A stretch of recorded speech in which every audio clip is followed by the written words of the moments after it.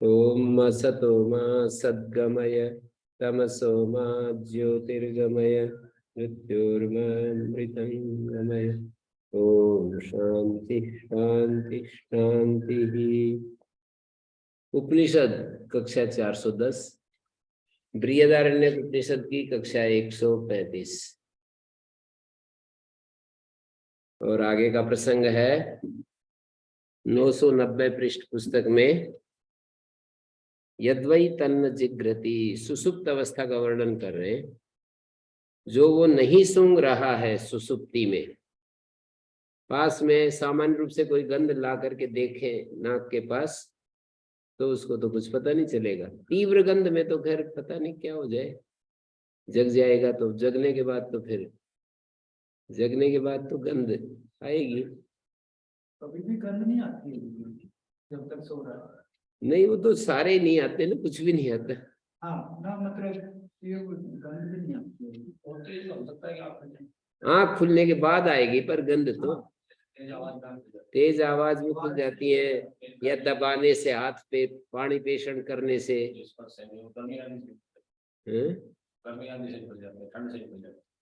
हाँ तो पर यदि जब तक आँख बंद है तब तक न गर्मी लगेगी न सर्दी लगेगी। जब तक आँख बंद है, सुसुप्ति में जब तक है, गर्मी भी नहीं लगेगी, ठंड भी नहीं लगेगी। नहीं नहीं, आँख जब आँख खुलेगी तब लगेगी, आँख नहीं खुल रही है तब थोड़ी लगेगी। हाँ तो यूं तो आवाज तेज करेंगे तो खुलेगी आँख, हाथ दबाएंगे तो खुलेगी आँख, पर धीरे धीरे हम स्पर्श कर रहे हैं ऐसे, कहाँ खुलेगी। जब तक आंख बंद है, मतलब आंख बंद का मतलब जब तक सुसुप्ति है तब तक ठंड नहीं। ठंड के कारण आंख खुल गई और खुलने के बाद वो तो अलग बात होगी। अगर ठंड ना होती तो गहरी नींद में सोता। यूं तो आवाज नहीं लगाते तो सोता ही रहता, आवाज लगाने से भी तो जोर से आवाज लगाएंगे, वो तो अलग बात है ना। आवाज में भी तो वही स्थिति है कि आवाज ना लगाते तो वो तो सोता रहता, आवाज लगाने से ही तो उठा है। और उसके पैर नहीं दबाते, जैसे कि उपनिषद में दिखाया, पाणी पेषण नहीं करते तो फिर सोता ही रहता। ये तो सारी चीजें दिखा रहे हैं ना। यद वही तन्न जिघ्रति, जिघ्रन वही तन्न जिघ्रति, सूंघ रहा है। ठंडा का कारण आ रहा है, स्पर्श से आ रहा है। तो ये स्पर्श भी तो आगे आ रहा है ना। यद वै तन्न स्पृशति, ये भी आएगा। जिग्र वै तन्न जिग्रति, नहीं घ्रातुर घ्रातेर भी परिलोपो विद्यते। घ्राण वाला, गंध ग्रहण करने वाले की जो घ्राती है उसका भी परिलोप नहीं होता है। अविनाशित्वात् न तो तद्वितीयम अस्ति ततो अन्यद विभक्तम यद जिघ्रेत। वो कोई दूसरा है नहीं जो उससे भिन्न अलग हुए को कोई वो सूंघे। गंध दूसरी है ही नहीं वहां पर, आत्मा के सिवाय कोई दूसरी चीज है ही नहीं, उससे विभक्त होनी चाहिए। गंध भी आत्मस्वरूप हो गई है, रस भी आत्मस्वरूप हो गया है, सारे विषय आत्मस्वरूप ही हो गए। इसीलिए तो कहते हैं आत्मा एविदम सर्वम, आत्मा के अलावा कुछ नहीं है, कि सब कुछ आत्मस्वरूप हो जाते हैं। बताया हाथ को दबाने से या ज्यादा आवाज करने से, वो तो बात सही है, जाग जाता है, इंद्रिय जागृत होगी, जब मन जागृत हो गया। हाँ मतलब तेज आवाज से या दबाने से या तेज गंध से या तेज ठंड से या तेज गर्मी से, वो तो सक्रिय हो गई ना इंद्रिय। सक्रिय और निष्क्रिय इंद्रिय होती है, बाकी तो आत्मा का तो क्या सक्रिय है। तो उसी को तो बता रहे हैं, यद्वै तन्न जिग्रति, जो नहीं सूंघ रहा है, जिग्रन वही, वो तो सूंघ रहा है, सूंघने का ज्ञान हो रहा है, पर फिर भी न जिग्रति, नहीं घ्रातुर घ्रातेर भी परिलोको विद्यते अविनाशित्वा न तो तद्वितीयम अस्ति, लेकिन उस वहां पर कोई दूसरा सूंघने वाला विषय नहीं है, सूंघने योग्य विषय नहीं है। ऊपर से वो आत्मस्वरूप ही। हाँ, आत्मस्वरूप ही, सूंघने योग्य विषय नहीं है। इंद्रियों में नहीं सुनगा गुरुजी, हैं? इंद्रियों ने सुनगा नहीं, इंद्रियां सो रही हैं और मन से जाग भी रहा होता है ना भी हो, तो उसको तो सुन, तो इंद्रियों से आया नहीं है। वही कह रहे हैं ना, यद्वै, अब सारे इंद्रियों में यही तो बात दिखा रहे हैं ना, यद्वै न तन्न रसयते, जो वो रस ग्रहण नहीं करता, जैसे उसके जीव के ऊपर शहद लगा दे, उसको नहीं पता चलेगा कि मीठा लग रहा है,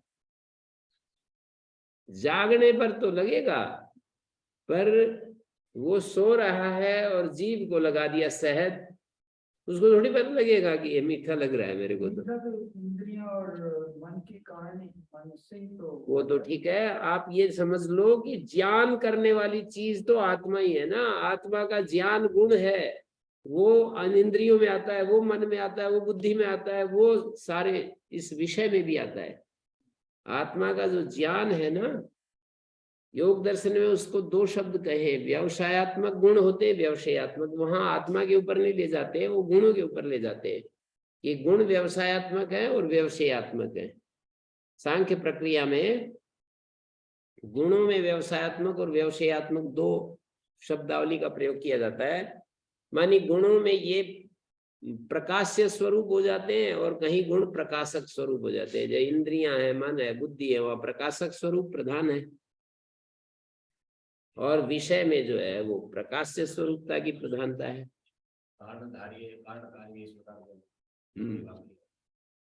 तो यहाँ तो आत्मा ही तो दृश्य में चैतन्य रूप में प्रस्फुटित होता है, उसके कारण वही तो प्रकाशक प्रकाश्य नहीं है, आत्मा तो है। इसकी इनकी शैली समझनी पड़ेगी, ये शैली इनकी ये है। इंद्रियों में मन बुद्धि को इंद्रियों में ही समझते हैं। हाँ, हाँ, तो और ये समझ लो कि इनकी शैली ऐसी है कि आत्मा ही है जो भी ज्ञान फैल रहा है ना सब जगह, वो ज्ञान दो रूप में, ज्ञेय के रूप में जो ज्ञान आता है वो भी आत्मा के कारण से ही आता है, और ज्ञाता के रूप में जो ज्ञान होता है वो भी आत्मा के कारण। ज्ञाता रूप में और ज्ञेय रूप में दो रूप है ना ज्ञान के, प्रकाशित होना और प्रकाशित करना। जैसे वहां व्यवसाय और व्यवसाय, व्यवसाय का मतलब प्रकाशक होना, व्यवसाय का मतलब प्रकाश से रूप में आना। गुण जो है व्यवसाय और व्यवसाय रूप है, यहाँ आत्मा को व्यवसाय और व्यवसाय रूप बता देते हैं। आत्मा का जो ज्ञान है ना, वही बुद्धि मन इंद्रियों में रिफ्लेक्ट हो रहा है, वही विषय में रिफ्लेक्ट हो रहा है। ज्ञान जो है वो प्रकृति का धर्म नहीं मानते, वो आत्मा का ही है और वो प्रकृति में जाता है। मैं ये सोच रहा हूँ कि ये आत्मा प्रकाशक है, नहीं, प्रकाश से मन इंद्रियां सबको प्रकाशक है, उसको प्रकाशक होने के कारण मन के अंदर ज्ञान होता है। ठीक है, मैं इस तरह सोच रहा हूँ। हाँ तो ठीक है। सांख्य प्रक्रिया तो वही है। सांख्य में तो गुण जो है सारे मतलब स्थैर्य प्रकाश प्रकाशक भाव सारा प्रकृति में बना दिया। वहाँ आत्मा को तो बिल्कुल निरपेक्ष बता रहे हैं, यहाँ आत्मा को ही इस रूप में प्रस्तुत किया जा रहा है कि ये जो जितनी शक्तियां सुनने की जानने की, ये सारी आत्मा की है। तो स्वामी दयानंद ने भी एक अर्थ में वो 24 गुण दिखाए ना आत्मा के, तो बता दिए आत्मा की कितनी शक्तियां हैं, बोले 24। कितने? मुख्य रूप से एक है, बाकी 24 हैं। तो उसमें ज्ञान मुख्य रूप से एक बता दी, और बाकी 24 23 जो है और भी है 23। सारी जगह बस इसको प्रकाश ही कहा है, कई बार उसकी मतलब उस उपाधि को साथ में उसको आत्मा बोल देते हैं। तो प्रकाशक जो कहा है ना, उसका तात्पर्य ये लेना पड़ेगा ना प्रकाशक का मतलब उसके होने से ही इंद्रियों में ज्ञान। ज्ञान होता है, बस इतना ही ना, उसके होने से ज्ञान होता है, इंद्रियों में तो होता है। वो इंद्रियों में तो कुछ भी नहीं होगा यदि वो आत्मा न हो, तो ये मतलब है ना। हाँ वो तो मानते हैं भाई। हाँ तो इंद्र होने वाला नहीं, ये तो केवल ज्ञान आत्मा में तो नहीं होता है। नहीं, आत्मा में ज्ञान नहीं होता। आत्मा में ज्ञान बातों पे दो तरह का ज्ञान है, एक जन्य ज्ञान, एक स्वाभाविक ज्ञान। आत्मा में स्वाभाविक ज्ञान है, उस स्वाभाविक ज्ञान के कारण इंद्रियों में जन्य ज्ञान पैदा होता है। क्योंकि सारे जन्य ज्ञान ही तो कर रहे हैं, सुगंध ये सारी की सारी जन्य ज्ञान। हाँ तो वो आत्मा के कारण ही हो रहा है, जो स्वाभाविक ज्ञान के कारण इंद्रियों में जन्य ज्ञान पैदा होता है। स्वाभाविक ज्ञान तो हर टाइम है, सुसुप्ति में भी हर समय है ना। हाँ स्वाभाविक ज्ञान इससे ये भी ऐसे कह सकते हैं कि जहाँ जो स्थिति बताई जा रही है, वो इंद्रियों का जो जन्य ज्ञान था वो तो लुप्त हो जाता है, वो लुप्त बंद हो गया, लेकिन आत्मा का जो स्वाभाविक ज्ञान है वो यहाँ भी बना हुआ है। हाँ ये कह रहे हैं ना। ऐसा कहना चाह रहे हाँ ये आत्मा का स्वाभाविक ज्ञान तो सदा ही रहेगा। हैं, बताना चाह रहे हैं। वो बताना चाह रहे हैं, चाहे वो बताना चाह रहे हैं ना, दुनिया में तो पता नहीं सकते नहीं, वो कह रहे हैं ना कि वो नहीं बताना चाह रहे हैं ना, ये हमारे को समझाना चाह रहे हैं कि ये स्वाभाविक ज्ञान सदा है। सुसुप्ति के दृष्टांत से दुनिया में भी ऐसा ही दिखाना चाह रहे हैं। हाँ पर ज्ञान की कहना गुरुजी कि ज्ञान सूंघने की कोई चीज नहीं है, इसलिए आत्मा को ज्ञान नहीं होता सुगंध का। मैं ये कह रहा हूँ क्योंकि इंद्रियों ने अपना इंद्रियां बंद होती है, वहां तो आत्मा का तो पहले भी रोल वही था, सुषुप्ति हर समय वो तो उसका स्वाभाविक ज्ञान तो ऐसी चीज है ही, सुषुप्ति में भी है, जागृत में भी, स्वप्न में भी, स्वप्न में कनेक्शन यहाँ पर इसमें वेदांत में उसको आत्मा से अलग नहीं लगता किसी चीज, किसी भी चीज आत्मा ही है। ये सिद्धांत के साथ लेके चलना पड़ेगा। पहले तो ये सिद्धांत दिमाग में बिठाना पड़ेगा, आत्मा ही सब कुछ है। हाँ आत्मा के सिवाय कुछ है ही नहीं। ये तो मान लिया। फिर वो इंद्रियां भी आत्मस्वरूपी हो गई, विषय भी आत्मस्वरूपी हो गया। हाँ ये बताना चाह रहे हैं, ये बताना चाह रहे हैं। निद्रा में उसका दृष्टांत पेश करके और तुरीय में भी ऐसा ही है वो दिखाना चाह रहे हैं, क्योंकि तुरीय में तो मतलब कोई दृष्टांत काम करेगा नहीं। मतलब आत्मा, ये तो जन्य ज्ञान की बात कर रहे हैं, जन्य ज्ञान आत्मा ने उससे कुछ लेना देना नहीं। पर ये सही कह रहे हैं, ये इनकी बात पर विचार करो, फिर दोबारा दोहरा दो।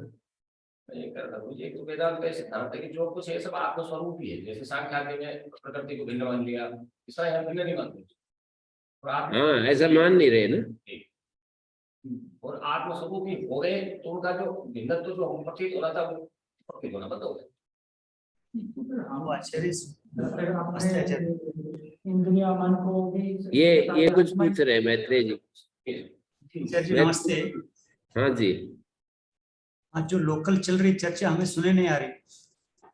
अच्छा हाँ ये तो जरूर सुनेगी नहीं, वो डिस्टर्ब होते हैं फिर, ये सब सुन नहीं पाते हैं वो।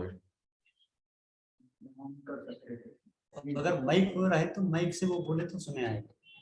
हाँ समझ गए। ये बात चल रही है कि सांख्य की प्रक्रिया और वेदांत की प्रक्रिया में क्या भेद है। तो कहेंगे सांख्य में तो इंद्रियां अलग हैं और आत्मा अलग है, और व्यवहार काल में तो ये भी ऐसा ही मानते हैं, लेकिन उसका जो वास्तविक स्वरूप है उसको दिखाते समय ये कह देंगे कि आत्मा स्वरूप ही है ये सारी चीजें। पाप पुण्य भी आत्म स्वरूप दिखा देंगे, पाप पुण्य भी तभी तो खत्म हो जाते हैं वहां। यूं कहते हैं कि पाप पुण्य भी नहीं रहते हैं, आत्मज्ञानी का पाप पुण्य भी खत्म हो गए। कैसे खत्म हो गए जी? मृत्यु को भी आत्मा का स्वरूप बताया, मृत्यु भी आत्मस्वरूप ही रहती है, इसलिए उसको मृत्यु का नहीं रहता। हाँ तो वही तो मैं बोल रहा हूँ कि मृत्यु आत्मस्वरूप है, माने कामना और कर्म अविद्या, उसका गुरुजी मन ही मर गया है, इसलिए पाप पुण्य से वो हो गए। नहीं उसका मूल प्रिंसिपल समझना पड़ेगा। इनके मूल अवधारणा क्या है? सांख्य प्रक्रिया में तो ऐसा कह सकते हैं कि इनके मन मर गया, बुद्धि बुद्ध होगी, लेकिन यहाँ तो ये कहेंगे तो आप छोड़ोगे। हाँ, ये सांख्य प्रक्रिया, प्रक्रिया भेद समझना पड़ेगा। इन दोनों शास्त्रों में प्रक्रिया भेद क्या है? प्रक्रिया का भेद है। प्रक्रिया का भेद ये है कि वहां कहेंगे कि मन चला गया, मन बचा ही नहीं तो क्या होंगे फिर। यहाँ तो ये कहेंगे हर चीज आत्मस्वरूप हो गई। अंतिम अंतिम में क्या हो जाता है? आत्मस्वरूप हो जाती है। सुख दुख भी आत्मस्वरूप, पाप पुण्य भी आत्मस्वरूप, मृत्यु जन्म भी आत्मस्वरूप, सब आत्मस्वरूप हो जाते हैं।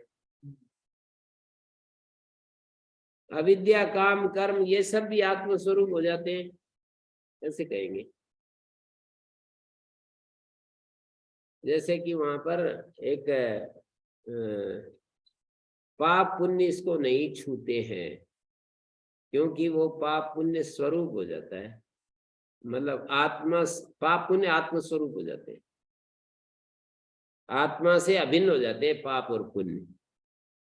तो उसको आत्मा और पाप और पुण्य हमेशा सताते रहते हैं ना। ऐसे कहा है कि मैंने क्यों पाप कर्म कर डाला, क्यों पुण्य नहीं किया, ऐसा हमेशा सोचता रहता है ना हर आदमी। जीवन के अंतिम क्षण तक उसको ये दो बातें कहा है तैत्तरीय उपनिषद में कि ये दो चीजें आत्मा को, व्यक्ति को सताती रहती हैं। करना था वो नहीं किया, और नहीं करना था वो क्यों किया। हाँ, मैंने ये अब पाप कर्म क्यों कर डाला, मैंने ये पुण्य क्यों नहीं किया, ये सताती रहती है। मन से तो करता है ना। अब वो मन यहाँ रहा ही नहीं ना, यहाँ तो यूं कहते हैं। हाँ, मन ही रहा है, इसको और आप नहीं खत्म नहीं, खत्म नहीं बताते। इनका शैली ये है कि पाप पुण्य आत्मस्वरूप हो गए, सब बचा ही नहीं, कोई दूसरा बचा ही नहीं। एक तो गुरु जी यहाँ मतलब इसमें उपनिषद में तो यहाँ वो नहीं करते कि वो मन सुषुप्ति में मन नहीं होता, ऐसे बात नहीं करते, इंद्रियां नहीं होती, मन नहीं होते। नहीं, ये तो करते हैं, तो ये क्यों नहीं करते कि भाई इंद्रिया मन आत्मस्वरूप हो गई, यही कहते हैं कि इंद्रियां और मन आत्मस्वरूप हो गए। ऐसी लैंग्वेज करते हैं। हाँ, तो फिर वो तो समाप्ति उसको अलग वस्तु बता देते हैं, अलग वस्तु नहीं बता रहे, डिफरेंट है। सांख्य प्रक्रिया में उसको वस्तु अलग बताते हैं कि उसका काम अलग। अगर हमारी इंद्रियां और मन आत्मस्वरूप हो जाते हैं हाँ, तो फिर ठीक है, जैसे आप कह रहे हैं। जहाँ हम कहेंगे सो गए हैं सबसे, उन्होंने काम नहीं करना है, तो आत्मा से तो अलग आइडेंटिटी दे दी है उनकी। अलग मन बुद्धि रहते हैं, ये कहे एक भाषा बनेगी, पर वो काम नहीं कर रहे। काम और यहाँ तो मतलब अविद्या में लीन हो गए और अविद्या आत्मस्वरूप हो गई। अविद्या आत्मस्वरूप इंद्रिया अपने कारण विद्या में चले गए और अविद्या प्रलीन हो गई आत्मा में। आत्मा में लीन। या यूं कहे कि अविद्या जो है, अविद्या कारण रूप है, लीन तो होने पर फिर तुरी आ जाती है। तो इसलिए यदि ये ना भी कहें कि अविद्या मतलब सुषुप्त अवस्था में लीन नहीं होती, पर अविद्या कारण अविद्या कुछ करती नहीं है, कार्य अविद्या ही तो सारा काम करती है। तो मन बुद्धि इंद्रियां अविद्या रूप हो गए, अविद्या में लीन हो गए ना, और अविद्या कुछ कर नहीं रही है। तो आत्मा का ज्ञान स्वरूप क्यों मुखरित नहीं हो रहा, ये प्रश्न रहता है ना। आत्मा तो सच्चिदानंद स्वरूप है, तो फिर आत्मा सच्चिदानंद स्वरूप है तो वो क्यों मुखरित नहीं हो रहा है? तो मतलब अविद्या कारण बैठी। हाँ, तो वो दिखा रहे हैं कि वो आत्मा का जो सच्चिदानंद स्वरूप है गायब नहीं है। इस पूरे अनुच्छेद में यही समझाएंगे कि आत्मा का सच्चिदानंद स्वरूप गया नहीं है कहीं, पर वो कोई दूसरा कार्य रूप में, अविद्या कारण रूप तो है पर कार्य रूप में कुछ है नहीं वहां पर, जो कि वो देख सके, सुन सके, सूंघ सके, अनुभव कर सके, बोल सके, ऐसा कह रहे हैं। तो तुरिया में क्या होगा? तुरिया में तो अविद्या भी लीन हो गई, अविद्या भी नहीं बची। कारण रूप खत्म हो विद्या कारण रूप में नहीं बचे। हाँ, अविद्या कारण रूप में भी नहीं बची, ये कहेंगे तुरीय अवस्था में। तीसरी अवस्था ओम। सुषुप्त अवस्था में अविद्या अविद्या रहती है पर कारण रूप में रहती है, और तुरीय अवस्था में अविद्या कारण रूप में भी नहीं रहती। हाँ जी, कौन पूछ रहे हैं? ओम आचार्य जी, पाँव में दुख, नमस्ते जी। जी अभी अभी अभी इससे पहले प्रकरण में आपने कहा था कि आत्मा दुख स्वरूप हो जाती है, तो आत्मा को तो आनंद स्वरूप और सुख स्वरूप तो मानना है, परंतु दुख स्वरूप कैसे मानेंगे उसको जी? आत्मा को दुख स्वरूप मानेंगे क्योंकि वो वहां दुख भी अभिन्न है आत्मा के साथ, और आत्मा के साथ दुख अभिन्न है, तो दुख प्रतीत कैसे होगा? ये प्रश्न तो मेरा भी था, पर यहाँ स्वरूप पर माना है जी। आत्मा जैसे आत्म स्वरूप मानते हैं ना, सुख स्वरूप, तो सुख हाँ। अलग नहीं, स्वरूप भी अलग नहीं, एक ही चीज होगी जी। तो यहाँ पर दुख स्वरूप मानने हैं तो दुख और आत्मा एक ही चीज हो गई, या और ये संभव नहीं है। नहीं, दुख भी आत्मा का ही स्वरूप हो गया, मैं ऐसा बोल रहा हूँ। दुख स्वरूप आत्मा हो गई ऐसा थोड़ी बोल रहा हूँ। आत्मा सच्चिदानंद स्वरूप है और हाँ। दुख उसका ही स्वरूप बन गया। दुख भी आत्मा किसका स्वरूप बना जी दुख है? अभी ध्यान नहीं दे रहे मेरी भाषा। हाँ, ये तो पहले वाले तो दे दिया, मेरी परंतु भाषा ध्यान दो। मैं ये कह रहा हाँ हूँ जी, कि आत्मा तो हमेशा सच्चिदानंद स्वरूप है, लेकिन हाँ। सुख जो अलग था ना, वो उस सच्चिदानंद स्वरूप से अभिन्न हो गया। दुख जो था वो अभिन्न हो गया, बस दुख खत्म हो गया। अभिन्न होगा तो सच्चिदानंद स्वरूप के साथ अभिन्न होगा तो दुख कहाँ रहेगा? या तो बात बनी नहीं फिर वो। आप अपने अपना जो विचार है ना, उसको थोड़ी सी देर शांत करके मेरी भाषा पर विचार करो। मैं ये कह रहा हूं कि आत्मा सच्चिदानंद स्वरूप है और सुख आत्म स्वरूप हो गया। जो जन्य सुख था ना, हाँ वो जी, आत्म स्वरूप हो गया। और आत्म स्वरूप तो सामान्य सुख है, विशेष सुख थोड़ी होता है। और ये जो दुख है ना, वो भी आत्म स्वरूप हो गया, अर्थात दुख मिट गया। आत्म स्वरूप होने का मतलब आत्मा है सच्चिदानंद स्वरूप और दुख उसका स्वरूप हो गया। नहीं, इनकी जो समस्या उसके अनुसार आप क्यों नहीं चलते? इनकी जो समस्या है ना शास्त्री जी की, अगर दुख स्वरूप हो गया तो दुखी होना चाहिए, तो वहां पर दुखी होना चाहिए ये प्रश्न नहीं बनेगा। समस्या ये है, मुझे समझ रहा है कि समस्या ये है कि ये आत्मा से संसार की उत्पत्ति नहीं मान रही। दयाराम जी, आचार्य जी मेरे प्रश्न को तो समझ गए, परंतु मैं इनके उत्तर को नहीं समझ पा रहा, बस इतनी ही गड़बड़ है। ये मेरे प्रश्न को समझ गई। बात कर लेंगे, फोन पे बात कर लेंगे हम। ये यहाँ पर तैत्तरीय उपनिषद है ना जी, तैत्तरीय उपनिषद में जो 9वां अनुवाक है, तो वहां पर ये आए, यतो वाचो निवर्तन्ते अप्राप्य मनसा सह आनंदम ब्रह्मणो विद्वान न विभेति कुतश्चन एतम हैवाव न तपति। इस ब्रह्म ज्ञानी को ये नहीं तपते हैं। किम हम साधु ना कर्वम, एतम मानी इस ब्रह्म ज्ञानी को ये कष्ट नहीं देता। क्या? किम हम साधु ना कर्वम किम हम पापम अकर्वम स या एवं विद्वान एते आत्मानं स्पृणुते। जो ऐसा जानने वाला है वो एते मानी इन दोनों को, पाप और पुण्य को, आत्मानं स्पृणुते आत्मस्वरूप मानता है। पाप और पुण्य को आत्मस्वरूप मानता है, मानी पाप और पुण्य का अलग अस्तित्व ही नहीं है। भाषा देखिए, भृगु ब्रह्मानंद वल्ली का 9वां अनुवाक पढ़ रहा हूं। एते ताप हेतु साधु असाधु आत्मानं स्पृणुते प्रीणयति परमात्म भावेन उभे पश्यति। ये दिया है, पाप और पुण्य को परमात्म भाव में देखता है। उभे पुण्य पापे यस्मात् ऐसे एष विद्वान एते आत्मानं आत्मरूपेण एव पुण्य पापे स्वेन विशेष रूपेण शून्य कृत्वा। ये भाष्यकार कहते हैं अपना जो विशेष रूप है ना पाप और पुण्य का, सुख और दुख का, उससे अलग उसको शून्य करके अपने स्वरूप को देखता है। वो सुख दुख आत्म स्वरूप हो जाते हैं, मतलब सुख दुख अपने अस्तित्व को खो बैठते हैं।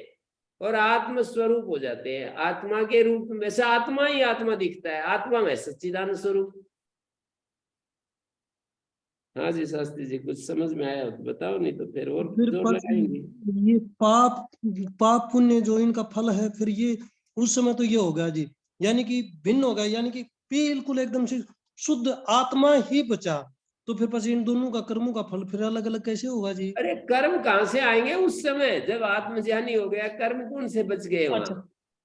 अच्छा, आत्म जानिए। ओहो अच्छा जी, यही गड़बड़ होगी जी। ठीक है जी, आत्म जानिए। मैं तो मतलब वैसे ही जब उसमें होता है ना प्रयाण करता उस समय। ओह आचार्य जी, ठीक है जी, ठीक है जी। आत्मज्ञानी की बात पर कह रहा हूँ। सामान्य हाँ आचार्य जी, हो गया जी, ठीक है जी आचार्य। गुरु जी सुषुप्ति में भी तो वो ना हाँ, सुसुप्ति सुसुप्ति में भी वो नहीं होता है। सुख दुख जो है ना, वो सुसुप्ति में भी यही स्थिति बन जाती है। सुसुप्ति में सुख दुख जो है वो अविद्या स्वरूप हो जाते हैं, और अविद्या कार्य कर नहीं रही है, अविद्या कार्य कर नहीं रही है। ये आत्मज्ञान शब्द छूट गया था जी मेरे से, इसलिए बस नहीं, गड़बड़ ये हुई एक थी। हाँ दूसरा प्रसंग में कह रहा हूं कि जब सुसुप्त अवस्था होती है ना, तो वहां पर भी जितना भी सुख दुख है वो अविद्या स्वरूप हो जाता है, और अविद्या कारण रूप हो जाते हैं। तो अविद्या कारण रूप में कुछ भी कर नहीं पाती है। कार्य रूप में जब होती है अविद्या, जब कारण रूप में होती है तो इतना ही करता है कि मैं आत्मा को नहीं जान रहा हूं, बस, इससे ज्यादा कुछ नहीं। अविद्या जब कारण रूप होती है तो इतना ही उसका परिणाम रिफ्लेक्ट होता है कि मैं कुछ नहीं जान रहा हूं, मैं स्वयं को नहीं जान रहा हूं, बस। इसके आगे अविद्या कुछ नहीं करती। हाँ, ठीक है अविद्या जी। के कारण इतना ही बात आएगी कि मैं अपने को नहीं जान रहा हूं। अविद्या के होने से अहम आत्मानम न जानामि, मैं अपने स्वरूप को नहीं जानता।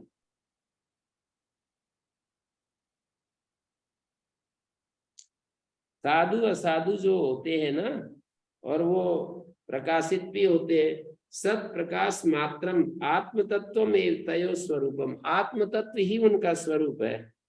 उससे अतिरिक्त जो अनर्थ, यदर्थ अनर्थ हेतुत्वम नाम विशेष रूपम तन्न वस्तु सत प्रकाश अन्यत्वेन असत्वाद अप्रकाशमानत्वात् च। मतलब वो अप्रकाशमान अवस्था में चले जाते हैं। अपना जो सुख दुख का जो अपना जो विशेष रूप है उसमें नहीं मिलेगा, उसमें कुछ भी नहीं मिलेगा। मैं जो है अलग पुस्तक से पढ़ रहा हूँ।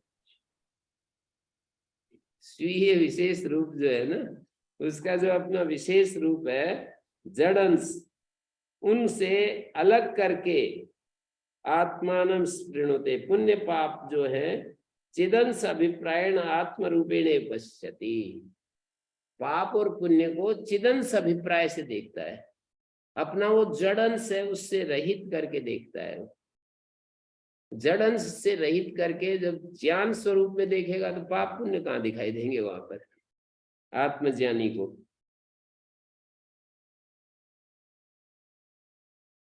तो आगे बढ़ता हूं।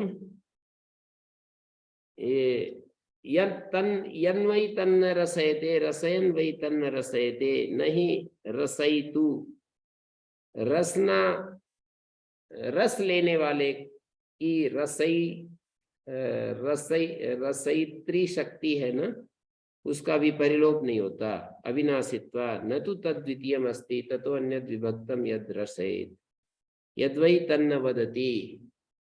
जो वो नहीं बोलता है ना, वदन वै तन्न वदति, बोलते हुए वो नहीं बोलता है। नहीं वक्तुर वक्तेर विपरिलोपो विद्यते, वक्ता की जो वक्ति है ना उसका भी परिलोप नहीं होता है।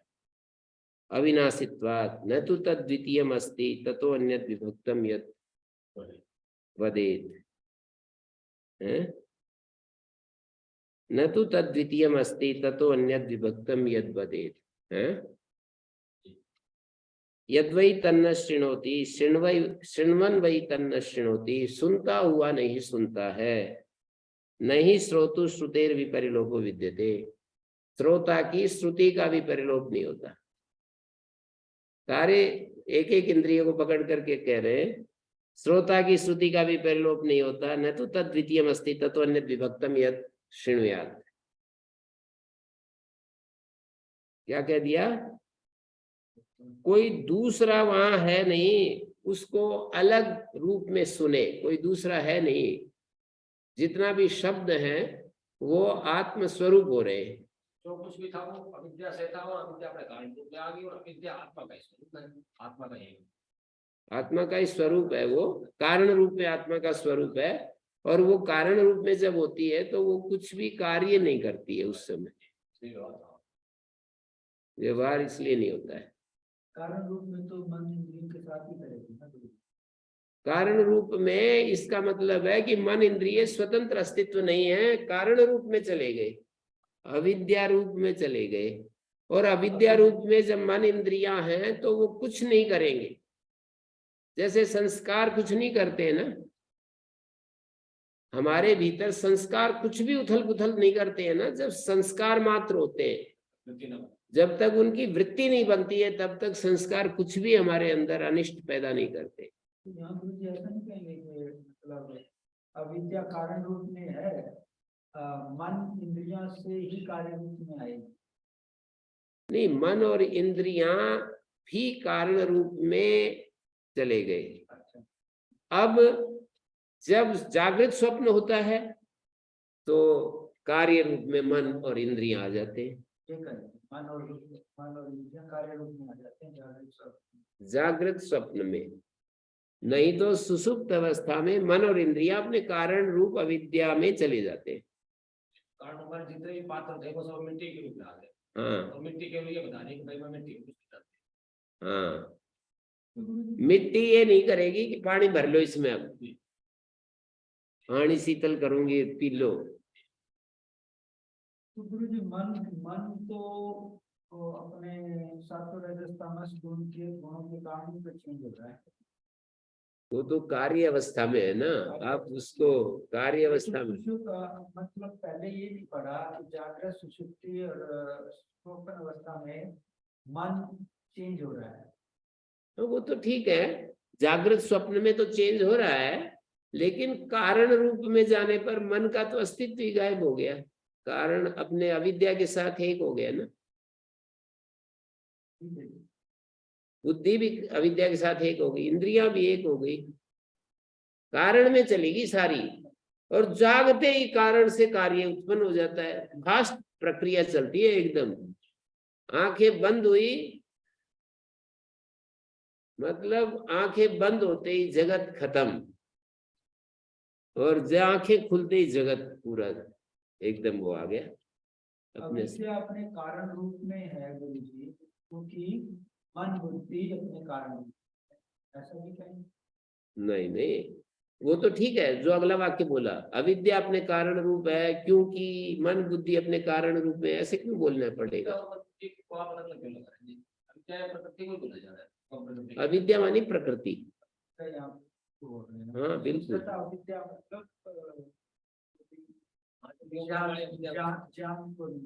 नहीं नहीं नहीं, अविद्या मानी प्रकृति, माया। और माया से अभिन्न होते हैं मन बुद्धि, प्रकृति से अभिन्न होते हैं मन बुद्धि। मन बुद्धि जब प्रकृति रूप होते हैं तब कुछ नहीं करते हैं। एक जैसे शब्दों का प्रयोग करने इस कारण से ये जब कार्य तब करते हैं तो हम भ्रांति जान रहे हैं। नहीं, वो भ्रांति ज्ञान कहीं होता है। ऐसे तो महर्षि दयानंद जैसे व्यक्ति की भाषा भी अविद्या के लिए कर्म शब्द का प्रयोग किया है, शुद्ध कर्म शुद्ध उपासना अर्थ किया है अविद्या का। तो प्रसंग के अनुसार हमें बदलना पड़ता है ना। महर्षि दयानंद विद्याम च अविद्याम च सत्यार्थ प्रकाश में अविद्या अर्थात कर्म और उपासना मृत्यु को पार करता है, विद्या के द्वारा यथार्थ ज्ञान के द्वारा अमृतत्व को प्राप्त करता है। यहाँ पे हम अविद्या को तो प्रसंग के अनुसार चेंज कर लेंगे हम अपने माइंड को कि वहां अविद्या का ये अर्थ है, वहां ये अर्थ है। 3 अर्थों में अविद्या शब्द का प्रयोग है, भ्रांति ज्ञान के लिए, कर्म उपासना के लिए, और अविद्या का मतलब मूल कारण प्रकृति के लिए। संसार का मूल कारण। हाँ, मन बुद्धि का भी कारण, इंद्रियों का भी कारण, शरीर का भी कारण, सारे जगत का कारण।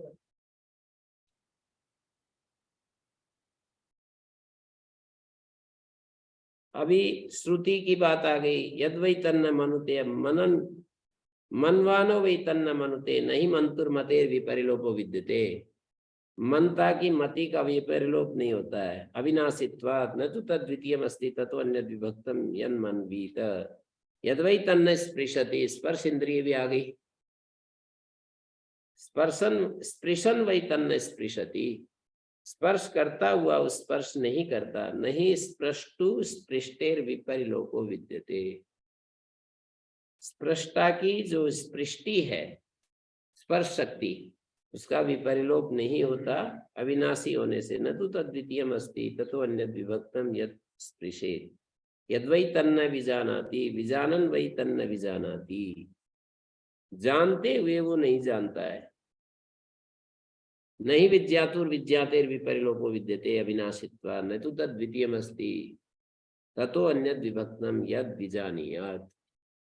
उससे विभक्त दूसरा होना चाहिए जानने के लिए, रसने के लिए। रसना से रस लेने के लिए उससे अलग रस होना चाहिए। रसना तो आत्मस्वरूप हो रही है, और रस नाम की कोई चीज है नहीं, वो भी आत्मस्वरूप हो रही है।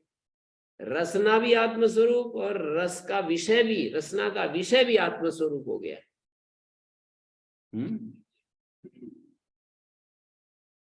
विज्ञानवाद को पूरा पुष्ट कर दिया इन शब्दों में तो। विज्ञानवाद मतलब विज्ञान के सिवाय कुछ नहीं है ना, जगत नाम की कोई चीज नहीं। हाँ जी, तो ये अद्वैतवाद की बात हो रही, मतलब अब एक ही है, केवल दूसरा कुछ नहीं, दूसरा नहीं है। हाँ एक ही है, दूसरा कुछ नहीं है, ये कह रहे हैं ना। केवल आत्मा है बस।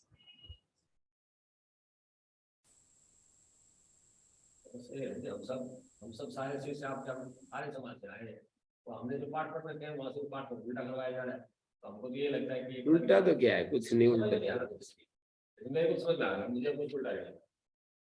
हाँ, तो समानम अन्यति, यद वै तन्न जिग्रति, यद वै तन्न रसयते, यद वै तन्न वदति, यद वै तन्न शृणोति, यद वै तन्न मनुते, यद वै तन्न स्पृशति, यद वै तन्न विजानाति। मनन विज्ञानयो दृष्टियादि सहकारित्वे भी सती चक्षुरादि निरपेक्ष। कहते हैं मनन और विज्ञान को चक्षुरादि का सहकारी है ना, अलग से क्यों गिन रहे हैं? सहकारित्वे भी सती चक्षुरादि निरपेक्षो, कहते हैं चक्षुरादि से निरपेक्ष भी मनन और विज्ञान चलता रहता है ना। यद्यपि मनन और विज्ञान के बिना चक्षुरादि तो कोई भी काम नहीं करते, कहते ये बात ठीक है, लेकिन चक्षुरादि से निरपेक्ष भूत भविष्य वर्तमान विषय व्यापार भी तो रहता है ना। मनन और विज्ञान का, भूतकाल में मैंने ऐसे सोचा था, अब मैं ऐसा सोच रहा हूँ, भूतकाल में मेरी मति ऐसी थी, अब मेरी मति ऐसी है, आगे मैं ये काम ऐसे करने जा रहा हूँ, ये सारा भविष्य की संभावना है। हाँ, विषय व्यापारो विद्यते इति पृथक ग्रहणम। किम पुनर्दृष्ट्यादीनाम अग्निरोष्ण प्रकाशन ज्वलनादिवत धर्म भेदा औषित अभिन्नस्य धर्मस्य परोपाधि निमित्तम धर्मान्यत्वम।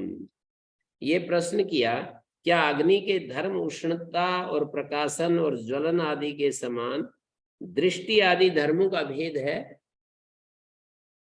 जो दृष्टि आदि धर्म है उनका भेद है, या ये धर्मी से अभिन्न धर्म ही अन्य उपाधि के कारण विभिन्न धर्म वाले हैं? बड़ा प्रश्न कर दिया कि जो दृष्टि है, श्रुति है, मति है, विज्ञाति है, अग्नि के उष्णता की भांति, जैसे अग्नि उष्ण होती है, प्रकाश स्वभाव होती है, ज्वलन स्वभाव होती है, उनकी तरह अग्नि के ज्वलन आदि की तरह धर्म भेद दृष्टि नाम धर्म भेदा। अग्नि के धर्म उष्णता प्रकाशन ज्वलन आदि की तरह दृष्टि आदि धर्मों का भेद है। जैसे अग्नि का उष्णता एक धर्म है, प्रकाशन एक धर्म है, ज्वलन एक धर्म है, अलग अलग 3 धर्म हो गए। तो अग्नि के ये 3 धर्म है, ऐसे ही दृष्टि आदि ये अलग अलग आत्मा के धर्म है क्या, कि देखना, सुनना, चखना, सूंघना, जैसे अग्नि की उष्णता, प्रकाशन, ज्वलन ये धर्म है, उसकी तरह ही आत्मा के भी ये धर्म अलग अलग है क्या? हैं? ऐसा पूछ रहे हैं कि आत्मा का जो ये ज्वलन है, नहीं, आत्मा का जो ये दृष्टि है, श्रुति है, मति है, विज्ञाति है, ये अलग अलग धर्म है क्या? दूसरा ऑप्शन क्या है? दूसरा ऑप्शन है आवश्यक अभिन्न से धर्म से, जो अभिन्न धर्म है ना, अभिन्न जो धर्म है उसका अन्य उपाधि के कारण विभिन्न धर्मत्व दिखाई दे रहे हैं। हमारे धर्मी का धर्म तो एक ही है, परंतु वो उपाधि भिन्न भिन्न होने से भिन्न भिन्न प्रकार से काम करता है। अभिन्न से धर्मस्य का मतलब अभिन्न जो एक ज्ञान रूप अभिन्न धर्म है ना, उसका आत्मा का, आत्मा से अभिन्न धर्म है क्या? ज्ञान स्वरूप, ज्ञान उसका अभिन्न स्वरूप है। उस एक धर्म का परोपाधि निमित्तम, अन्य उपाधियों के कारण, आंख उपाधि के कारण, कान उपाधि के कारण, नासिका उपाधि के, त्वचा उपाधि के कारण, इन अलग अलग उपाधियों के कारण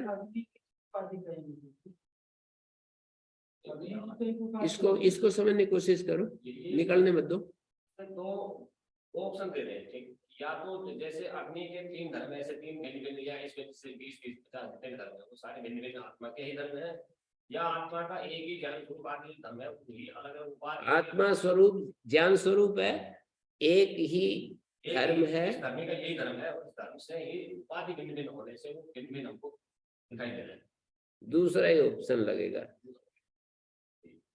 आत्मा का प्रश्न तो समझ में आया, वो तो अभी समझ में आया, आपके बता रहे समझ में नहीं आया। सभी चीजों के सभी धर्म आत्मा के धर्म है? मतलब आत्मा का ज्ञान तो धर्म है ही, और उसके साथ उपाधि रख के तो अग्नि का अभी अग्नि को तो दृष्टांत स्थान में रखो, चलो आत्मा को, आत्मा का एक ही ज्ञान स्वरूप है, और परोपाधिकृत देखना, सुनना, सूंघना, चखना, चलना फिरना, कर्म करना, ये सब है। वही एक ज्ञान स्वरूप धर्म जब आंख के संपर्क में आता है, वो देखता है। हाँ, वही ज्ञान स्वरूप जो है कान के संपर्क में आता है तो सुनता है, वही ज्ञान स्वरूप नासिका तो गंध ग्रहण करता है, वही रसना के साथ जुड़ता है। तो उसका जो 20 धर्म एक ही सुनने का धर्म है, सुनना किस तरह की है वो तो उसकी उपाधि है, लेकिन एक सुनना, देखना, सुनना ये सब आत्मा की उपाधि से है। आत्मा का एक ही है ज्ञान स्वरूप, और अलग अलग आंख, नाक, कान आदि वो ज्ञान जब इन उपाधियों के साथ जुड़ता है ना, वो ज्ञान उपहित रूप में सर्वत्र एक ही है। वो ज्ञान उपाधि के भीतर एक ही ज्ञान है, सर्व उपाधियों में। आंख रूप उपाधि में भी वही ज्ञान आत्मा का आ गया, कान उपाधि में भी वही ज्ञान आ गया, नासिका में भी, त्वचा में भी, रसना में भी, मन में भी, बुद्धि में भी। जैसे विद्युत का एक ही धर्म है, इलेक्ट्रॉन्स का एक फ्लो देती है बस। वो ये कहीं मैग्नेट का काम नहीं, मोटर का काम करता है, कहीं धर्म कर रहा है, कहीं चक्का करता है। वो धर्म को उपाधि होता है, वो धर्म आत्मा का नहीं है सीधा सीधा, मतलब बिजली का नहीं है सीधा सीधा। वो मतलब उपाधि युक्त आत्मा का है क्या, या आत्मा का नहीं? वो जो धर्म है अलग अलग, जो देखना सुनना है ना, उपाधि के कारण वो धर्म अलग अलग रूपों में दिख रहा है। बिजली उपाधि के कारण कहीं ठंडी, बिजली कहीं उपाधि के कारण गर्म, बिजली कहीं उपाधि के कारण घुमा रही है पंखे को, कहीं पानी निकाल रही है, कहीं कुछ कर रही है। वो उपाधियों में है, धर्म में नहीं। हाँ, इलेक्ट्रिसिटी में भिन्नता नहीं है, धर्मों की भिन्नता नहीं है। तो आत्मा में धर्म भेद नहीं है कि देखना आत्मा का एक धर्म है, सुनना आत्मा का एक धर्म है, बस आत्मा का तो एक ही स्वरूप है, ज्ञान स्वरूप। वही ज्ञान स्वरूप जब आंख में आता है तो देखने का काम करता है, वही ज्ञान आत्मा का कान में आता है तो शब्द सुन रहा है। यही पहले ही उसमें जो है ना ये क्या है, नहीं जो ये अपनी पुस्तक है पंचदशी, उसके दूसरे श्लोक में बिल्कुल यही बात कही है।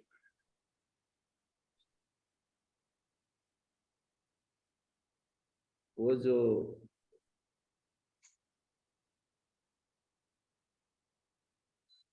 यहाँ नहीं है, जीव को यहाँ नहीं, हाँ जी, जीव को गुरु जी मतलब आत्मा जब उपाधि युक्त हो जाता है तभी तो जीव बोलते हैं ना उसी को। हाँ तो वो अंतःकरण उपाधि अंतःकरण उपाधि से युक्त हुआ, वही ज्ञान जब अंतःकरण उपाधि से युक्त है तो वो परिच्छिन्न अवस्था में देख रहा है, सुन रहा है, ज्ञान को उत्पन्न कर रहा है। वही ज्ञान जब इस अंतःकरण उपाधि में हुआ तो विचार कर रहा है, सोच रहा है, इच्छा कर रहा है अलग अलग प्रकार की। वही ज्ञान अंतःकरण उपाधि में आ गया, कारण उपाधि में आ गया, कारण उपाधि, आंख उपाधि, तो वो अलग अलग क्रियाएं कर रहा है।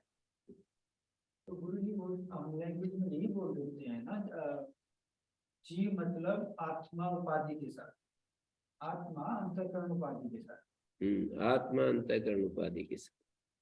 तो अंतःकरण उपाधि जो है ना उसमें उपस्थित जो चैतन्य है, इन दोनों के संघात में जो जीव है वो क्या है, उपाधि में उपस्थित जो चैतन्य है, उपाधि सहित नहीं, उपाधि में, उपाधि जो है उपहित से अलग होती है, छूट जाती है। विशेषण तो हमेशा साथ रहता है पर उपाधि साथ नहीं रहती। उपाधि जो होती है, उपाधि के भीतर जो होता है ना, वो उपाधि उससे अलग रहती है। जैसे श्रोत्र की परिभाषा करते हैं,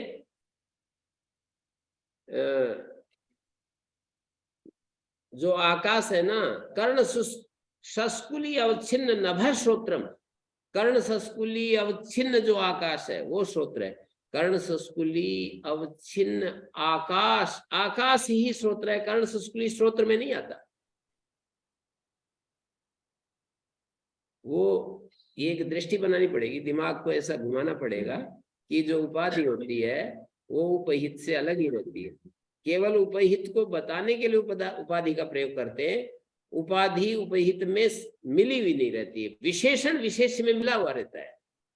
जैसे लाल कमल में मिला हुआ है पर उपाधि उपहित में मिली हुई नहीं रहती है, उपहित से अलग ही रहती है। उपहित मानी उपाधि में जो मौजूद है उसको उपहित कहते हैं, तो उपहित उपाधि से अलग ही रहता है।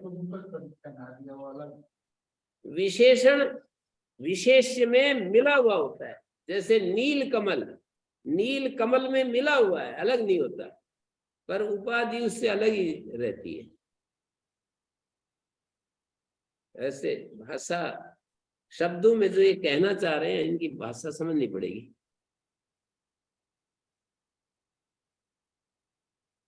ओम आचार्य जी, हाँ जी, ये बोलिए। ज्ञान और विज्ञान, हाँ, एक तो ये है कि ये अलग अलग है कि एक ही है, एक चीज। दूसरा ये है सभी आचार्यों ने अपनी अपनी मान्यता स्थापित कर दी। हम अपने आचार्य से पूछना चाहेंगे कि वो कहाँ पर डांटेंगे। हर चीज का उदाहरण प्राप्त है जी, हर चीज का उदाहरण जी, चाहे वो कहीं पर भी चलो, एक दूसरे का खंडन करेंगे तो वो इतना बढ़िया उदाहरण देंगे कि वहीं पर स्थित हो जाते हैं। तो हम कहाँ पर स्थित हुए? नहीं, ज्ञान और विज्ञान का अर्थ आप तो एक प्रकरण से अलग हटकर पूछने लगे ना। अच्छा जी, चलो जी, ठीक है जी, फिर हो जाएगा, चलो रहने दो तो जी, मतलब क्योंकि ज्ञान विज्ञान का का प्रकरण मतलब आया जो था। ज्ञान और विज्ञान का इतना ही अर्थ है कि ज्ञान मानी शास्त्र में जो लिखा रहता है उसको समझना बुद्धि से, विज्ञान मानी अपने अनुभव में अनुभव करना। ज्ञान और विज्ञान, ज्ञान मानी शास्त्र में जो लिखा रहता है, विज्ञान मानी जो हमारे अनुभव में आ जाता है। हाँ, ज्ञान को मुक्ति माना है जी। मैं वहां पूछना चाह रहा हूँ ज्ञान इस से ज्ञान में मुक्ति मानते हैं, ज्ञान को ही मुक्ति मानते हैं, दोनों ही भाषा ठीक है अपने अपनी जगह। तो मैं वही ज्ञान पूछना चाह से रहा था कि मुक्ति, ज्ञान को ही ज्ञान मुक्ति ही मानते मुक्ति। और ये विज्ञान को ही मुक्ति मानते, दोनों का वही बात है जी ये। नहीं, ये तो प्रसंग के अनुसार विज्ञान को भी ज्ञान कह सकते हैं, ज्ञान को भी विज्ञान कह सकते हैं। किस प्रसंग में आपने पूछा, आप स्वतंत्र रूप से यदि प्रश्न करेंगे तो बात नहीं बनेगी। किसी रेफरेंस में आप पकड़ करके कि यहाँ से ज्ञान विज्ञान का क्या अर्थ है, जैसे गीता में कहा ज्ञानम तेहम सविज्ञानम, मैं तुमको ज्ञान और विज्ञान को बताऊंगा, तो वहां पर तो अर्थ ये है कि शास्त्र सम्मत ज्ञान और अपने अनुभव सम्मत ज्ञान। तो कहीं ज्ञान को भी विज्ञान कह देंगे, कहीं विज्ञान को विज्ञान कह देंगे, अलग बात है। उसमें जैसा कह देंगे वैसे हम भी, थोड़ा लचकीलापन रहना चाहिए ना। ऐसा थोड़ी एक बार जैसा कह दिया बस वैसे ही अड़ गए। अगे जी वहां तो अच्छा जी, आपने ये अरे बताया नहीं था, अभी वहां प्रकरण बताया चला था। था जी, इसलिए मैंने पूछ लिया। अरे नहीं जी, अभी प्रकरण में था जी कि ये तो विज्ञानवादी की ही बात इन्होंने कह दी। अरे वो विज्ञानवाद बिल्कुल अलग प्रसंग का है। अच्छा जी, ठीक है जी आचार्य। ओ शब्द स्पर्शादयो विद्या वैचित्र्या जागरे पृथक। शब्द स्पर्श आदि जो वेद्य विषय है ना, वो विचित्र अलग अलग विलक्षण होने से जागर अवस्था में, जागृत अवस्था में, स्वप्न अवस्था में पृथक पृथक दिखाई देते हैं। ततो विभक्ता तत्संवित, जागृत अवस्था का वर्णन किया पहले, फिर स्वप्न का भी किया आगे। शब्द स्पर्श आदयो विद्या वैचित्र्यात् जागरे पृथक। वैचित्र मानी अलग अलग होने से, जागरे पृथक, जागृत अवस्था में वो अलग अलग है। ततो विभक्ता तत्संवित, उन शब्द स्पर्श आदि से अलग हुई उनकी संवित। तत्संवित मानी उन शब्द स्पर्श आदि की, शब्द आदि का जो ज्ञान है ना, ऐक रूप्यात्म भिद्यते, वो तो ऐक रूप्य है, भिन्न नहीं होता। जैसे शब्द संवित, स्पर्श संवित, रस संवित, गंध संवित, यहां पर तो भिन्न है। शब्द संवित, स्पर्श संवित, रूप संवित, शब्द ज्ञान, रूप ज्ञान, रस ज्ञान, लेकिन संविद रूपेण एक, संविद रूप मानी ज्ञान रूप में एक है। शब्द स्पर्शादयो विद्या वैचित्र्या जागरे पृथक। ततो विभक्ता तत्तेभ्या विभक्ता तत्संवित, उनकी जो संवित है ना, उन शब्द स्पर्श आदि से अलग है। ऐक रूप्यात्म भिद्यते, वो ऐक रूपी ही है, वो भिन्न नहीं है। तो यहाँ पर ये ऐसा ही तो प्रश्न किया है, यहाँ जो प्रश्न किया है वो ऐसा ही किया। पांडुति में भी जो बहुत मिलता है कि व्याख्या है, ऐसी का एक बोधम बोधम करके।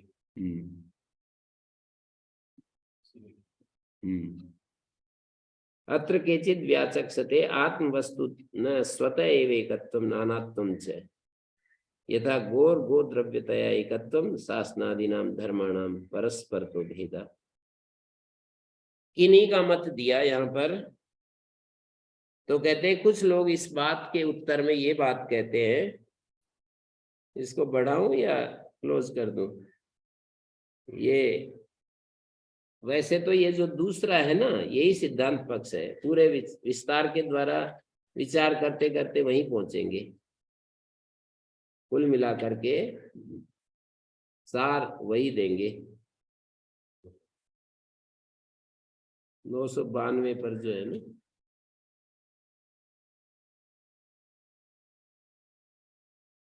मतलब अभिन्न सेव धर्मस्य परोपाधि निमित्तम धर्मान्यत्वम, उपाधि के कारण से धर्म की भिन्नता है, ये अलग अलग धर्म हो रहे हैं। कुछ लोग ऐसे कहते हैं कि आत्म वस्तु स्वतः एकत्व, आत्म वस्तु तो स्वतः एकत्व है और नानात्व भी है स्वतः ही, ऐसा कहते हैं।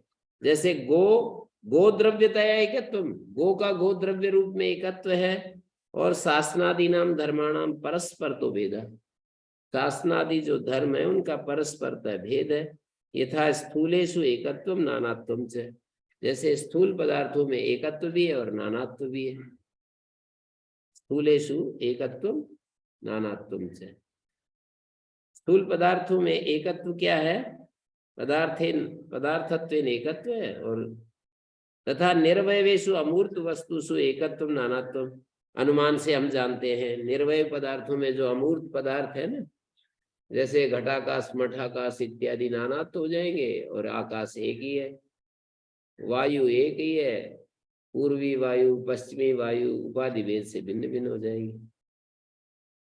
ऐसे ही गो द्रव्यतया एकत्वम शासनादि नाम धर्माणाम परस्पर तो भेदा। शासनादि जो ये ककुद है, ये शासना है, ये पूंछ है,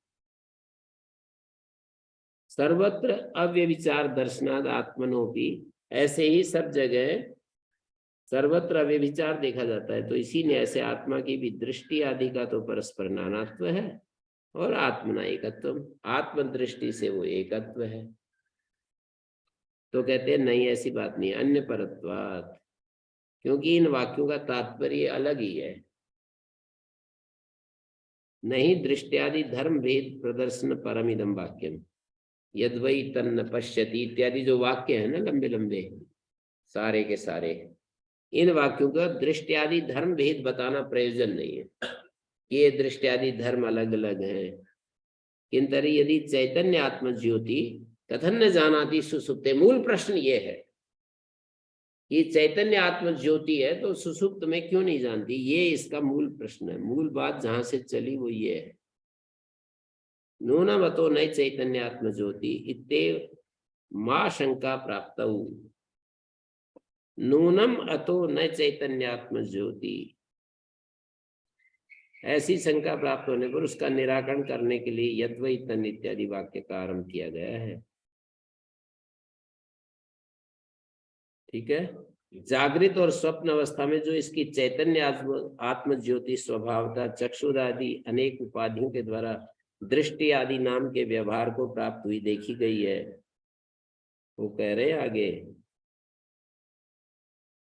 नूनम अतो न चैतन्य आत्म ज्योति इत्येवं आशंका प्राप्त तन निराकरणाय एतदारब्धम यद्वै तद इत्यादि। यद्वै तद इत्यादि वाक्य का आरंभ किस लिए किया गया है कि निश्चय ही नूनम अतः नूनम, निश्चय ही चैतन्य आत्म ज्योति है नहीं, ऐसी आशंका प्राप्त होने पर, मतलब प्रश्न ये था ना कि चैतन्य आत्म ज्योति है तो सुसुप्ति में क्यों नहीं दिखाई देता, उसको होना चाहिए ना, मूल बात तो वही टिकी हुई है ना। तो वो कह रहे हैं नूनम अतो न चैतन्य आत्म ज्योति, हम तो यही कहेंगे कि आत्म ज्योति चैतन्य स्वरूप नहीं है। अतः नूनम, निश्चय ही चैतन्य आत्म ज्योति नास्ति, चैतन्य स्वरूप नहीं है। ये ऐसी आशंका प्राप्त होने पर तन निराकारणाय एतदारब्धम यद्वै तन्न पश्यति, इस शंका को हटाने के लिए ये पूरा अनुच्छेद है। ये बताना चाहते हैं अपने अपने स्वयं आत्मज्योति है और वो किस प्रकार से नहीं दिख रही, वो बताना। आत्मज्योति क्यों नहीं प्रकट हो रही सुसुप्ति में, ये दिखाना चाह रहे हैं। यदस्य जागृत स्वप्नयो चक्षुरादि अनेक उपाधि द्वारम चैतन्य आत्म ज्योति स्वाभाव्यम उपलक्षितम दृष्टि आदि अविधेय व्यवहारापन्नम सुसुप्ते उपाधि भेद व्यापार निवृत्तो अनुद्भास्यमानत्वाद अनुपलक्ष्यमाण स्वभावमपि उपाधि भेदेन भिन्नम यथा प्राप्तानुवादेन विद्यमानत्वम उच्यते। जागृत स्वप्न में चक्षुरादि अनेक उपाधि के द्वारा, जागृत और स्वप्न में तो चक्षुरादि अनेक उपाधियों के द्वारा चैतन्य आत्म ज्योति स्वाभाव्यम उपलक्षितम, चैतन्य आत्म ज्योति का जो स्वभाव है चक्षुरादि उपाधियों के द्वारा दृष्टि आदि नाम के व्यवहार को प्राप्त हुई देखी जाती है, दृष्टि आदि व्यवहार को प्राप्त देखी जाती है। चैतन्य स्वाभाव्यम उपलक्षितम दृष्टि आदि अविधेय व्यवहारापन्नम सुसुप्ते, लेकिन सुसुप्त में उपाधि भेद व्यापार निवृत्तो, उपाधि भेद जो व्यापार था ना, आंख का नाक का कान का, वो जब निवृत्त हो गया, अनुद्भास्यमानत्वात्, वो जो प्रकाश्य स्वभाव है वो हट गया, अनुपलक्ष्यमाण स्वभाव्यम अपि, अनुपलक्ष्यमाण जो स्वभाव है वो उपाधि भेदेन भिन्नम अपि भिन्नम इव, उपाधि भेद से अलग अलग भिन्न भिन्न दिखाई देता हुआ भी यथा प्राप्तानुवादे ने विद्यमानत्वम उच्यते, यथा प्राप्त के अनुवाद करते हुए अभिव्यक्त मतलब उसका स्वभाव ही उपलक्षित नहीं होता तो भी यथाप्राप्त भेद का अनुवाद करते हुए उपाधि भेद से जो भिन्न दिखाई दे रही थी ना, उसकी विद्यमानता बतलाई गई। तो इस अवस्था में दृष्टि धर्म की कल्पना विवक्षित अर्थ को न जानने के कारण है। तत्र दृष्टि धर्म भेद कल्पना। अच्छा, ये जो बात सुनाई थी ना पूर्व पक्षी ने कि धर्म अलग अलग है क्या आत्मा के भी, तो बोले धर्म भेद की कल्पना विवक्षित अर्थ को न जानने के कारण आ गई बीच में। यहाँ समझ में आया ना, सुसुप्ते उपाधि भेद व्यापार निवृत्तो, सुसुप्ति में उपाधि भेद व्यापार हट गया, वो अभिव्यक्त नहीं होती है, बस इतनी बात है। दृष्टि अभिधेय व्यवहारापन्नम।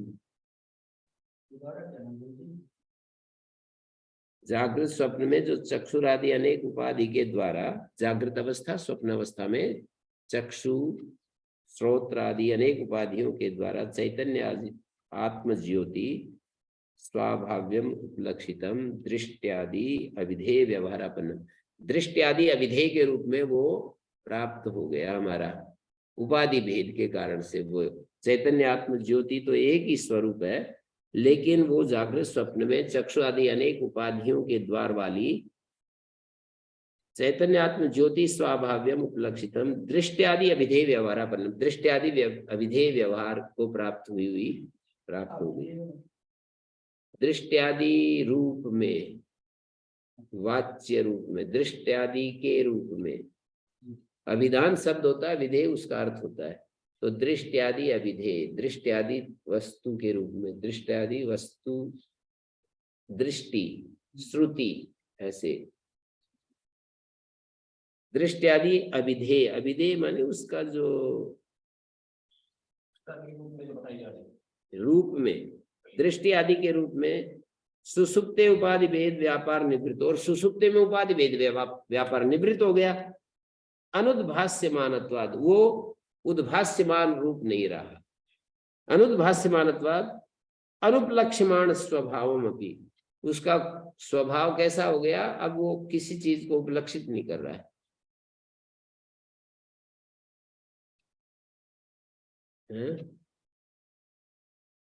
उसका स्वभाव उपलक्षित नहीं हो रहा है। उपलक्ष्यमाण अनुपलक्ष्यमाण स्वभाव उपाधि भेदेन भिन्नम यथा प्राप्तानुवादेन विद्यमानत्वम उच्यते। उपाधि भेद से अलग अलग यथा प्राप्त के अनुवाद से, कि वो यद्वै तन्न पश्यति यद्वै तन्न जिघ्रति, यथा प्राप्त के अनुवाद को लेकर के और ऐसे अलग अलग चीज को बताकर निषेध कर रहे हैं। मतलब जागृत में जो देख रहा है, स्वप्न में जो देख रहा है, वो वहां क्यों नहीं देख रहा। जागृत में जो सुन रहा है, जागृत में जो सूंघ रहा है, स्पर्श कर रहा है, रस ले रहा है, वो वहां क्यों नहीं।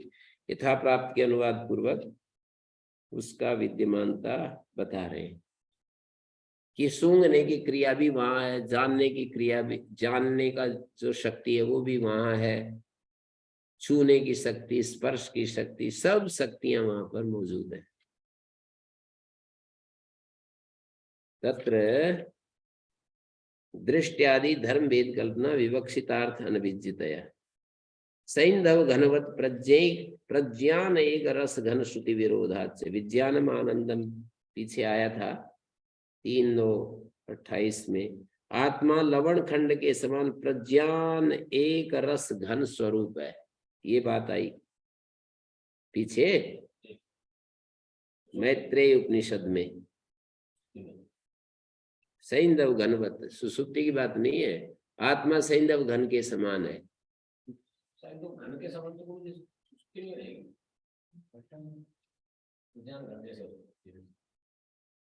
नहीं, वो तो सामान्य कथन है।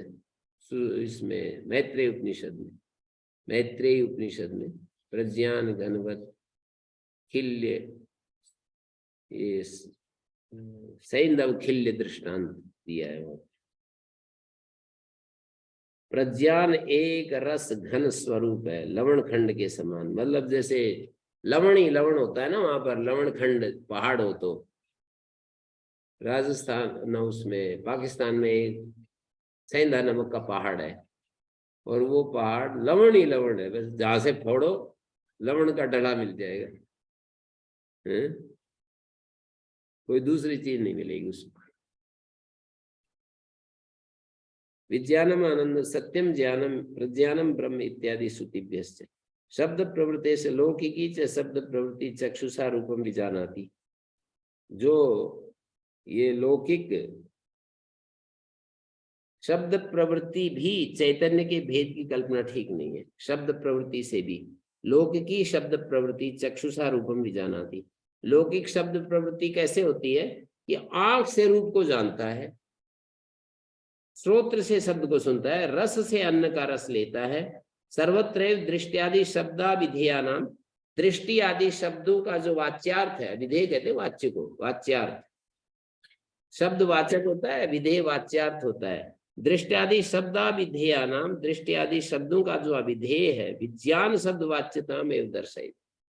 वो दृष्टि आदि शब्दों के जो अविधेय है वाच्यार्थ है वो विज्ञान शब्द वाच्यता में दर्शाई। शब्द प्रवृत्ति से प्रमाणम। शब्द की लौकिकी प्रवृत्ति भी दृष्टि आदि शब्दों के वाच्यों का विज्ञान शब्द की वाच्यता दिखाती है।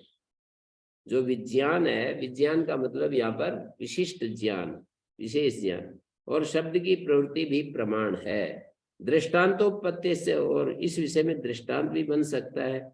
यथा ही लोके स्वच्छ स्वाभाव्य मुक्ता स्फटिका, स्फटिक को स्वच्छ स्वाभाव्य बताया। तन्निमित्तम एवं केवलम हरित नील लोहित आदि उपाधि भेद संयोगात, के उसके कारण से हरा नीला लोहित उपाधि भेद संयोग से तदाकारत्वम भजते। स्फटिक तो श्वेत मणि है, लेकिन लाल फूल रख दिया तो लाल दिखाई देती है, नीला दिखाई देते नीला। न च स्वच्छ स्वाभाव्य व्यतिरेकेण हरित नील लोहित आदि लक्षणा धर्म भेदा। और वो स्वच्छ स्वाभाव्य के अलावा हरित नील लोहित आदि लक्षण वाले धर्म भेद नहीं दिखाई देंगे। स्फटिकस्य कल्पयितुम शक्यन्ते। तथा चक्षुरादि उपाधि भेद संयोगात, चक्षुरादि उपाधि भेद के संयोग से ही प्रज्ञान घन स्वरूप आत्म ज्योति के दृष्टि आदि शक्ति भेद उपलक्षित होते हैं। प्रज्ञान घन स्वभावस्य एव आत्म ज्योतिषो दृष्टि शक्ति भेद उपलक्ष्यते। चक्षुरादि उपाधि भेद संयोगात प्रज्ञान घन स्वभावस्य एव आत्म ज्योतिषो आत्म ज्योति दृष्टि शक्ति भेद उपलक्ष्यते।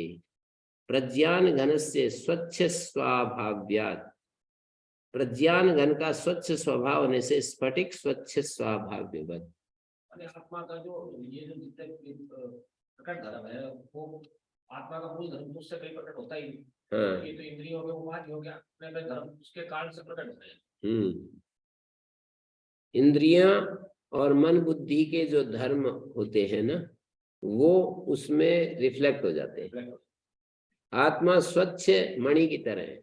कोई कह रहे दृष्टांत उत्पत्ति यथाई लोके स्वच्छ स्वभाव्य युक्त स्फटिका, स्वच्छ स्वभाव वाला स्फटिक होता है ना, तन निमित्त में केवलम उसके कारण से हरी नीला हरा नीला पीला दिखता है वो स्फटिक मणि।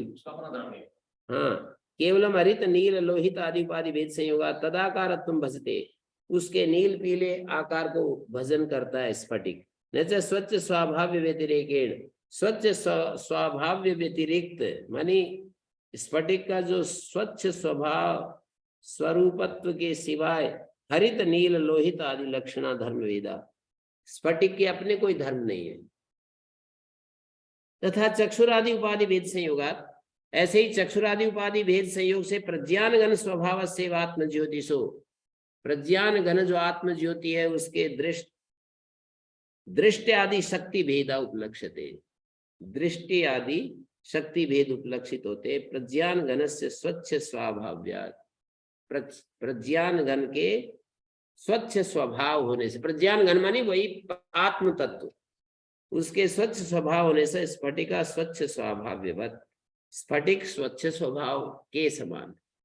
स्फटिक जैसे स्वच्छ स्वभाव होता है, स्वभाव वाला होता है, ऐसे ही आत्मा भी होता है। स्वयं ज्योतिष्वाच्च,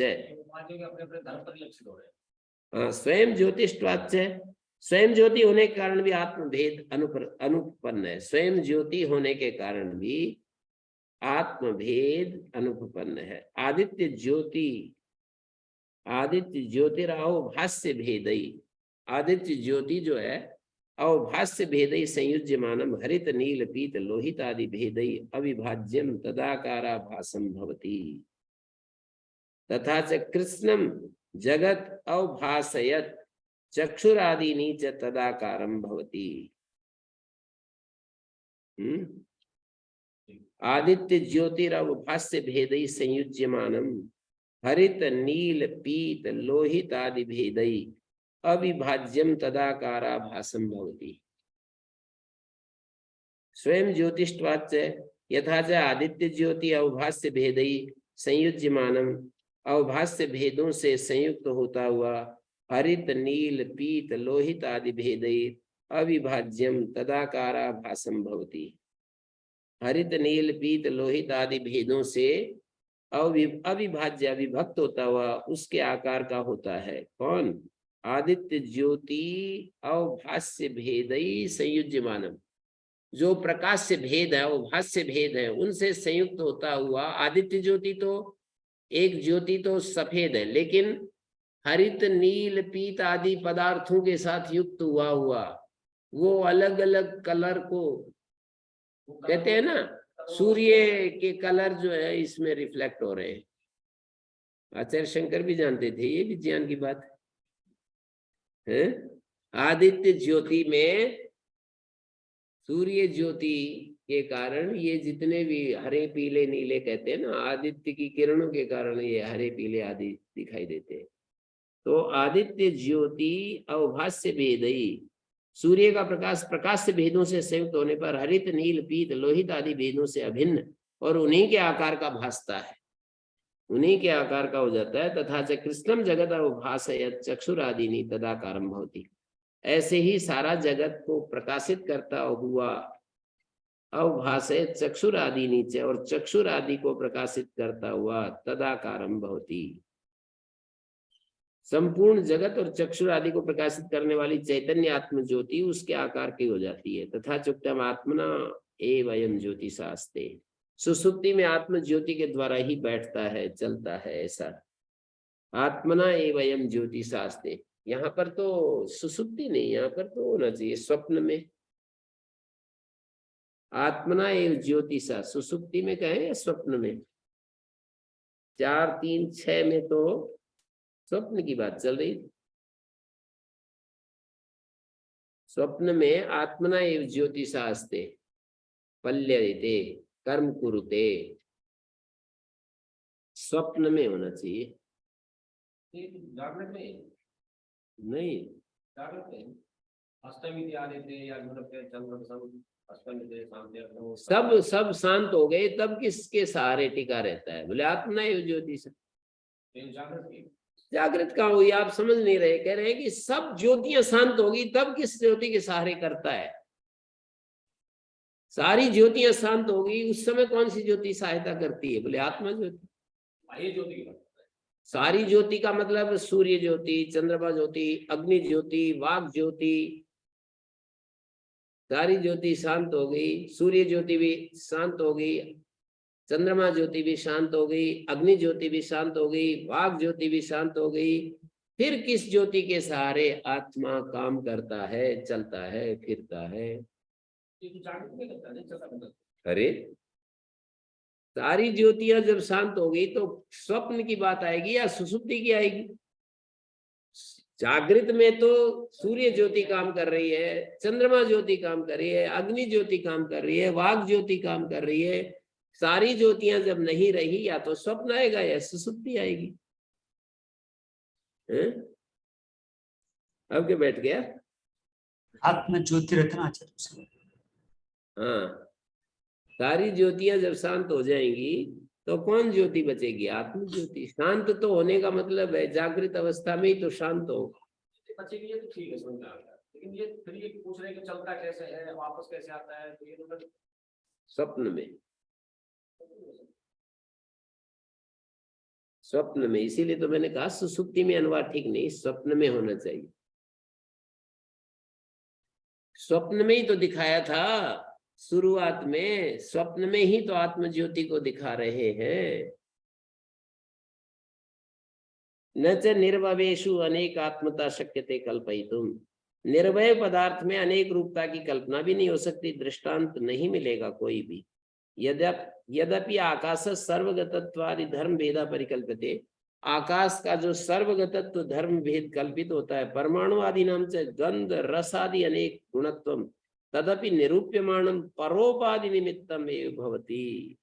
जो परमाणु आदि के गंध रस आदि अनेक गुण युक्त होने की कल्पना की जाती है, विचार करने पर अन्य उपाधि के कारण ही है, परोपाधि निमित्तम एव भवति। आकाशस्य तावत् सर्वगतत्व नाम न स्वतो धर्मो अस्ति।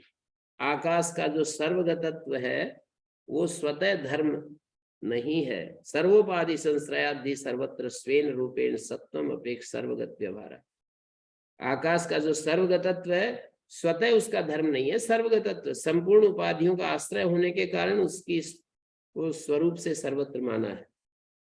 सर्वोपाधि संश्रयादि आश्रयादि स्वेन रूपेण सत्वम अपेक्ष सर्वगतत्व व्यवहार। न तो आकाश क्वचित गतो व अगतो व स्वतः। आकाश कहीं स्वतः जाता आता नहीं है। गगनम ही नाम गमनम ही नाम देशांतरस्थ से देशांतरेण संयोग कारणम। गमन ये होता है कि देशांतर में स्थित है, देशांतर के साथ संयोग का कारण। साथ से क्रिया, गमन क्या होता है? देशांतर प्राप्ति का कारण। साथ से क्रिया नैव अविशेषे संभवती।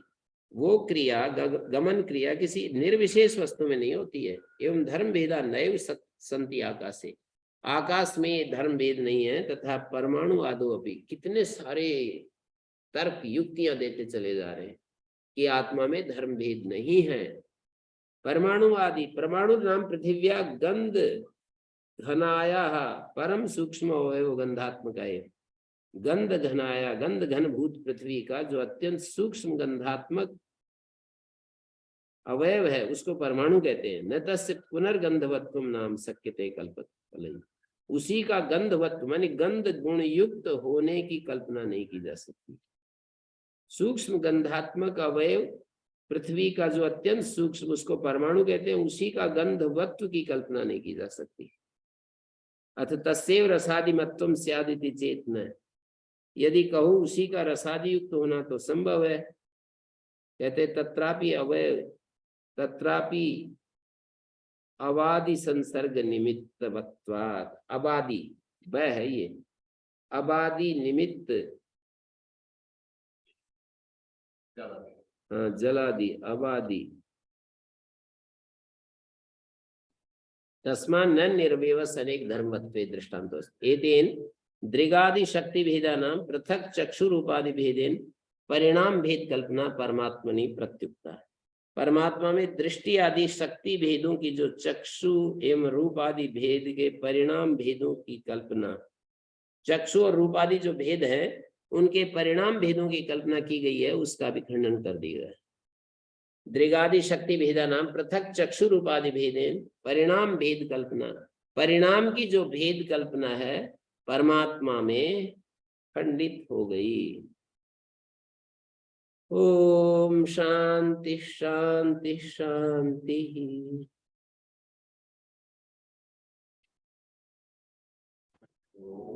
प्रणाम गुरुजी। प्रणाम।